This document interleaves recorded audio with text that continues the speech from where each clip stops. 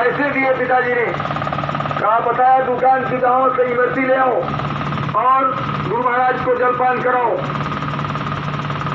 और गुरु महाराज जब वहां बैठे तो उनकी दो बहनें थीं, कमला देवी और विमला देवी।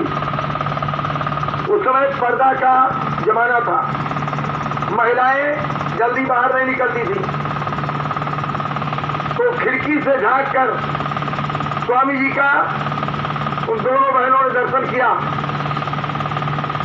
और फिर अपने भाई से बताया कि भैया स्वामी जी को जब से हम लोगों ने देखा है तो हम लोग आंख बंद करती हैं तो बड़ा प्रकाश हो जाता है, प्रकाश ही प्रकाश हो जाता है।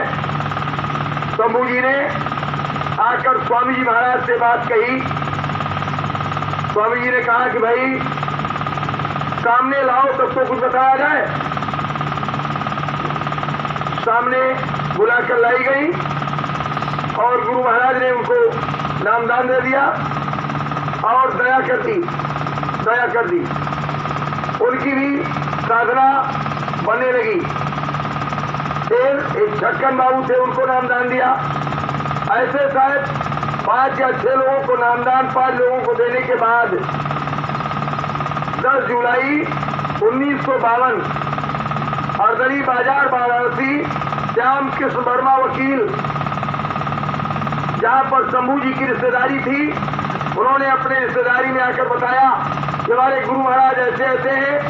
वो नाटी इमली एक स्थान है वहां बनारस में, वहीं पर स्वामी जी महाराज जिरौली से जाकर शंभू जी के साथ और अपने गुरु भाई मैनेजर साहब के साथ वहीं रहते थे। वहां से आकर इन्होंने हरदरी बाजार में जब ये बात बताई, गुरु महाराज की महिमा बताया, तो उनके रिश्तेदारों ने कहा कि गुरु महाराज को ले आओ, यहाँ सत्संग करा दो। तो कहा ठीक है। स्वामी जी महाराज से आदेश लिया। स्वामी जी ने कहा कि जाओ बता दो कि 10 जुलाई को शाम 7 बजे सत्संग होगा 52 में। शंभू जी ने आकर बताया। स्वामी जी ने कहा था कह दो पास पड़ोस के लोगों को बुला लेंगे।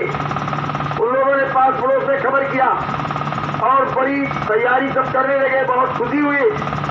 लेकिन फिर थोड़ी देर के बाद स्वामी जी ने कहा कि शंभू जी अभी गुरु महाराज का आदेश नहीं हो रहा है, सत्संग नहीं होगा, मना कर दो।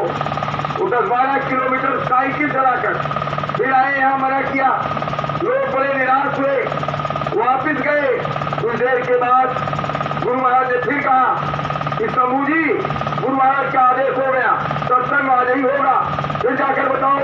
फिर बेचारे दौड़ कर आए, फिर यहाँ बताया। 2-3 चक्कर ऐसे लगवाया और फिर मालिक शाम को हरदरी बाजार पधारे और सायंकाल 7 बजे से सत्संग हुआ। 17 जुलाई तक 7 दिनों तक लगातार सत्संग होता रहा।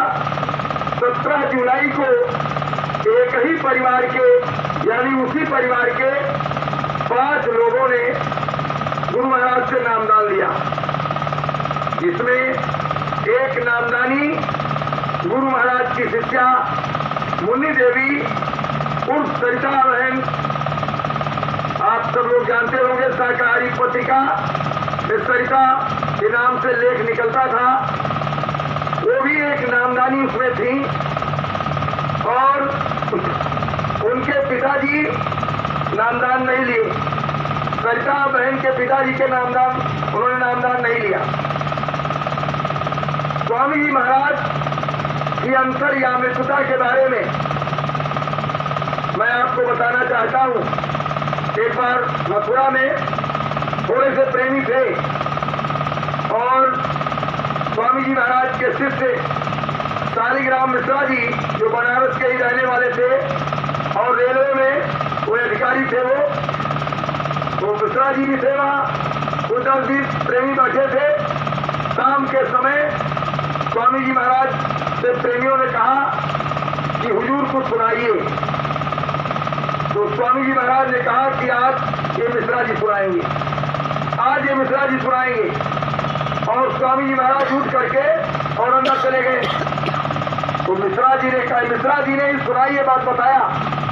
मिश्रा जी ने कहा कि देखो अपने तो चले गए और हमको बता दिया ये सुनाएंगे, हमको बता गए, अब हम क्या सुनाए। लेकिन चलो ठीक है, हुक्म है तो कुछ बताता हूँ। उन्होंने बताया कि एक दिन की बात है, नाटी इमली में कुछ सत्संग छोटा मोटा कार्यक्रम था। हम सब लोग सो रहे थे। रात में 12 जब बज गया तो स्वामी जी महाराज ने हमको धीरे से जगाया। मैं उठकर खड़ा हो गया। कहा हुजूर क्या बात है। कहा मिश्रा तुम्हारी साइकिल कहाँ है। कहा हुजूर वो खड़ी है। कहा साइकिल निकाल कर रोड पे ले आओ। साइकिल निकाल कर मैं रोड पर लाया तो कहा हुजूर कहाँ चलना है। कहा तुमसे से क्या मतलब, मैं जहाँ चलूंगा वहाँ चलना, साइकिल हमको दीजिए। स्वामी जी महाराज ने साइकिल लिया और मिश्रा जी को बैठाया और नाटी इमली से गली बाजार जो 10-12 किलोमीटर से कम नहीं होगा, साइकिल चला करके 12 बजे रात में आए। और कहा जब वहां पहुंच गए तो कहा मिश्रा जी देखो इस मकान में कोई दरवाजा खुला है। तो 12 बजे रात में किसके दरवाजे खुले रहेंगे, सब दरवाजे बंद थे। कहा हुजूर दरवाजे तो सब बंद हैं। कहा देखो कोई खिड़की वगैरह किसी तरह खुली है। तो देखा उन्होंने तो एक खिड़की खुली थी। पहले खिड़कियां ऐसी नहीं होती थी कि उसमें ग्रिल लगी रहे, ऐसे दरवाजे लकड़ी के रहते थे, खोल दो तो अंदर से बाहर, बाहर से अंदर चले जाओ। खपड़ेल मकान था और ऐसी खिड़की थी, एक खिड़की खुली थी। तो कहा हुजूर एक खिड़की खुली हुई है। तो कहा देखो खिड़की में से झांक कर देखो कोई दिखाई दे रहा है। तो मिश्रा जी ने देखा। कहा हुजूर एक आदमी चारपाई पर लेकर सो रहा है और इतनी मोट लठ रखे हुए। तो कहा कि मिश्रा जी ऐसा करो तुम इस खिड़की के रास्ते से घर में कूद जाओ और धीरे से इसकी कुंडी खोल दो दरवाजे की। तो मिश्रा जी ने कहा कि आज तो जान चली जाएगी हुजूर, ये सब क्या करवाने जा रहे हैं। 12 बजे रात में किसी घर में कूद जाओगे तो क्या करेगा, वो मार डालेगा, जगेगा। लेकिन अब हुजूर का आदेश है, क्या करे। तो अब मरता क्या नहीं करता, या तो गुरु भक्ति से जाए और या तो घर में कूदे, जान जाए चाहे बचे। तो कहे कि मैं घर में धीरे से कूद गया खिड़की के रास्ते और जा करके कुंडी खोल दिया जंजीर और खोल करके और मैं फट बाहर निकल आया और स्वामी जी अंदर चले गए। अंदर चले, हम कहा अब ये जाने इनका काम जाने, मैं तो रोड पर रहूंगा। अब वो चले गए, एक आंगन फिर दूसरा आंगन फिर तीसरे आंगन में पहुंचे तो देखा एक कमरे में एक लड़की बैठी हुई थी। 12-13 साल की उम्र थी उसकी। वो रो रही थी और कुछ मिठाई लेकर, गुरु महाराज की तस्वीर लगी थी, उसी तस्वीर को खिला रही थी, रो रही थी। स्वामी जी महाराज ने झट मिठाई छीन लिया उसके हाथ से। पागल हो गई है, ये तस्वीर मिठाई खाएगा, ये खाएगा। और ले करके और फट निकल आए और रोड पर आ गए और साइकिल उठाया। कहा मिठाई चलो काम हो गया, काम हो गया। वो लड़की कौन थी, वो मुन्नी देवी थी, सरिता दीदी थी। और उस दिन बात क्या थी, उनके पिताजी ने कहा था कि अगर आज सत्संग में जाओगी तो इसी लठ से तुम्हारा पैर तोड़ दूंगा। सत्संग में जाने नहीं दिया था, इसलिए वो रो रही थी और मिठाई खिला रही थी। तो गुरु महाराज ने इस तरह से अपनी अंतर्यामित्वता का परिचय दिया, उसकी भावनाओं का स्वागत किया। और मुन्नी देवी की शादी बाबू सच्चानंद श्रीवास्तव जी के साथ में हुई और फिर वो मॉडल हाउस 148 लखनऊ में वो लोग रहते थे। और गुरु महाराज जब भी